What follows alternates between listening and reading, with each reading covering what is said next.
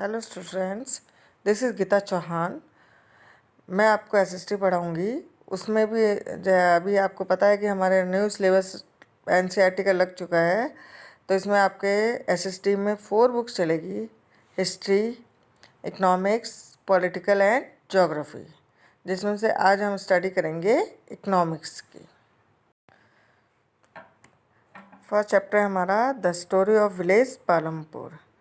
देखिए बेटा, इकोनॉमिक्स में हम वो पढ़ते हैं जैसे कि डेली हमारी लाइफ में लेन देन होता है। कोई भी हमारे जैसे कोई भी एक्टिविटी ऐसा नहीं है कि जिसे बिना विदाउट मनी चलती हो। सारी एक्टिविटीज़, हमारा दिन शुरू होता है उससे एंड तक कहीं ना कहीं हम बहुत सी चीज़ों का ऐसे यूज़ करते हैं जिसको हम परचेज करते हैं, यानी प्रोडक्ट, जिसका प्रोडक्शन होता है।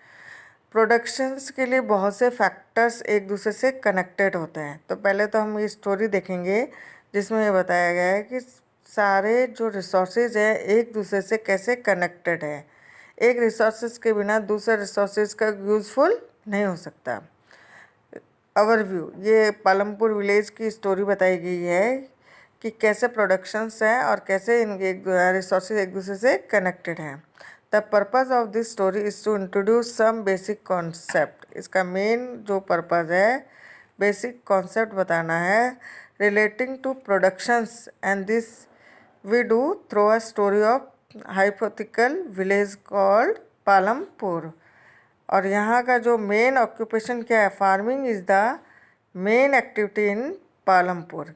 क्या है ऑक्यूपेशन? फार्मिंग।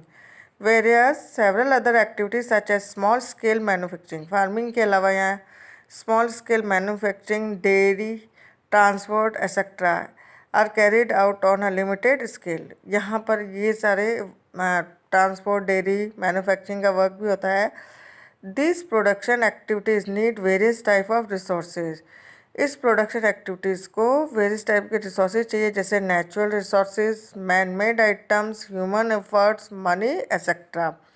मतलब किसी भी प्रोडक्शन एक्टिविटीज़ को कंप्लीट करने के लिए नेचुरल रिसोर्सेज है चाहिए, मैन मेड आइटम चाहिए, ह्यूमन एफर्ट, मानव के द्वारा जो प्रयास किया जाता है, फिर उसमें पैसा भी लगाना पड़ता है।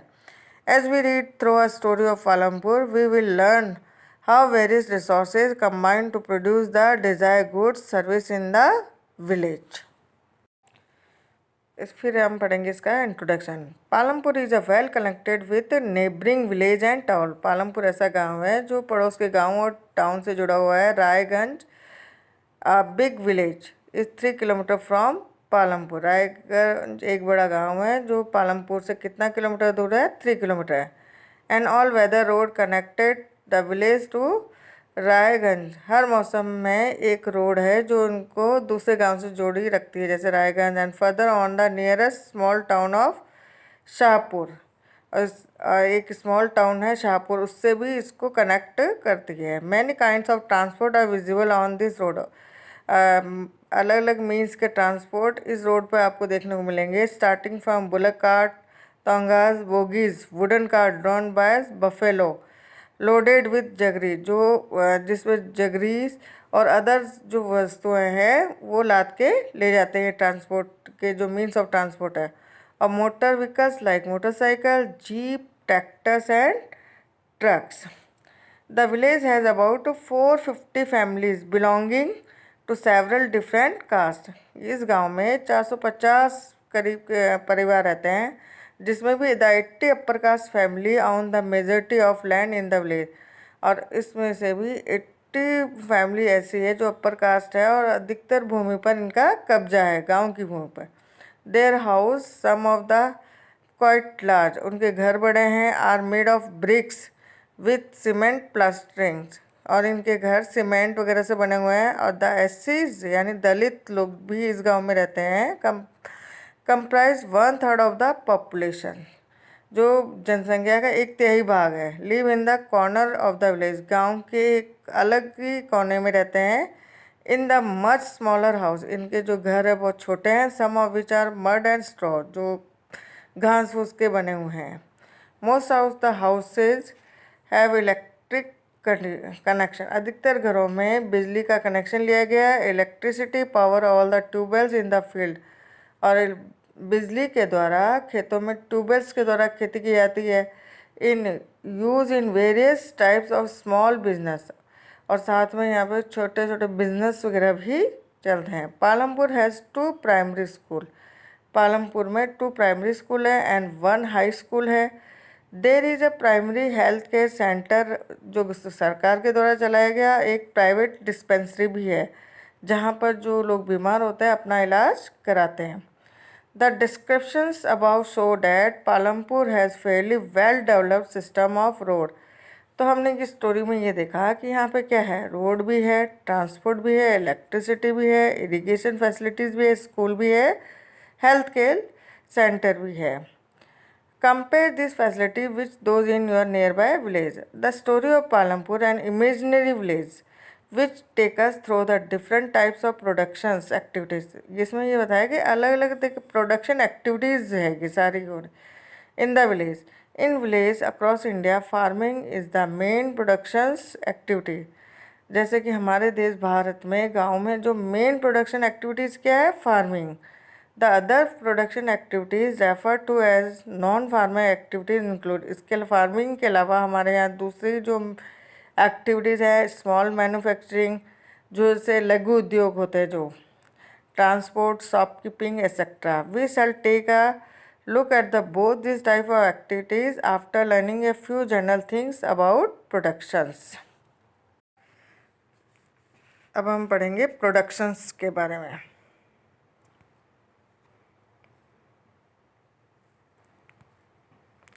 Organizations of production. The aim of the production is to produce the goods and service that we want. उत्पादन का मेन उद्देश्य यह है कि जिस वस्तुओं की हमें आवश्यकता है उसका मेन उद्देश्य यह है कि उस चीज़ का उत्पादन किया जाता है जिसकी हमें आवश्यकता है। These are 4 requirement for production of goods and service. इसके लिए 4 रिक्वायरमेंट्स है। First requirement is land. पहली ज़रूरत होती है किसी भी प्रोडक्शंस को कंप्लीट करने के लिए land and other natural resource. साथ में और नेचुरल रिसोर्सेज भी चाहिए जैसे कि वाटर, फॉरेस्ट एंड मिनरल्स। फिर सेकंड रिक्वायरमेंट है लेबर यानी श्रम, people who will do the work. Some production activity required highly educated worker to perform the necessary task. कुछ ऐसे पढ़े लिखे वर्कर्स की जो परफॉर्म अपना अच्छा बेस्ट कर सके, प्रोडक्शंस एक्टिविटीज़ में अपना योगदान दे सके। और कुछ ऐसे वर्कर चाहिए जो फिज़िकल अपना वर्क कर सके। ये तो है जो पढ़े लिखे लोग हैं, मेंटल वर्क करेंगे। और दूसरे जो जैसे कि ऑफिस वर्क, फाइल वर्क जो भी है। Other activity required workers who can do manual work. Each worker is providing the labour necessary for productions.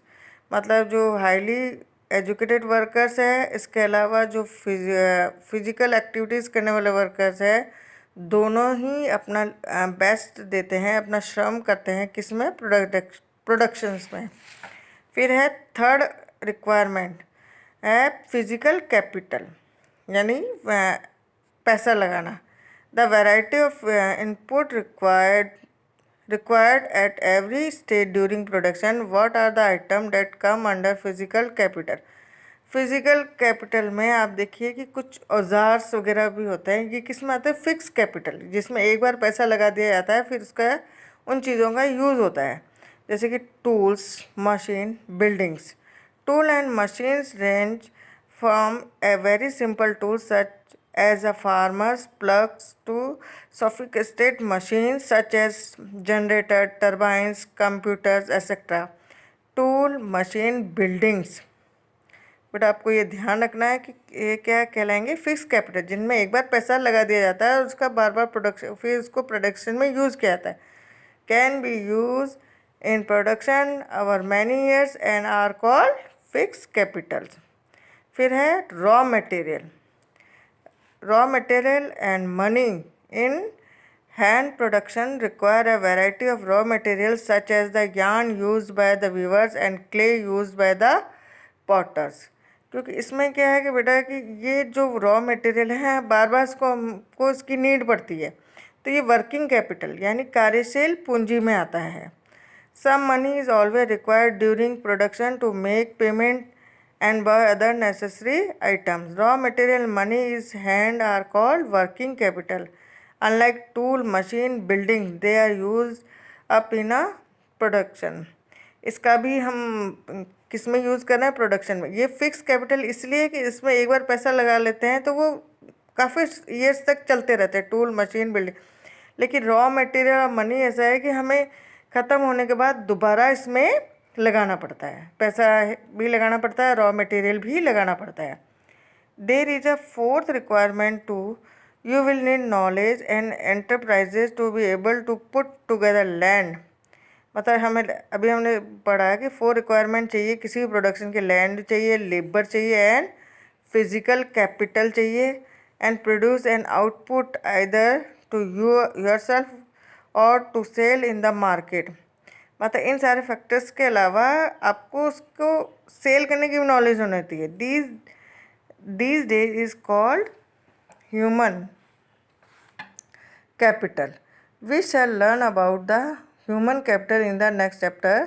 Human capital मतलब आपके पास लैंड है, फिजिकल कैपिटल है, लेबर है, आपके प्रोडक्शन कंप्लीट हो गया तो, लेकिन उसको मार्केट में सेल करने के लिए ह्यूमन कैपिटल की आवश्यकता है, यानी मानव पूंजी, मानव के द्वारा जो वर्क किया जाएगा, इसलिए वो भी किस में आ गया, ह्यूमन कैपिटल में। In the picture identify the land, labour and fix capital use in production. Every production is organized by combining land, ये आपको ध्यान रखना है। Every production organised by combining land, labour, physical capital and human capital. मानव पूंजी मतलब जो मानव के द्वारा किया जा रहा है, जो मानव लास्ट में मानव अपने बुद्धिमत्ता से वो काम उसको सेल कर रहा है, human capital. Which are known as factors of production. आपको ये ध्यान रखना है कि फैक्टर ऑफ प्रोडक्शन क्या है, land, labour, physical capital and human capital. As we read through the story of Palampur, we will learn more about the first 3 factors of production. For convenience, we will refer to the physical capital as the capital in this chapter. आगे का हम next video में पढ़ेंगे। Thank you students.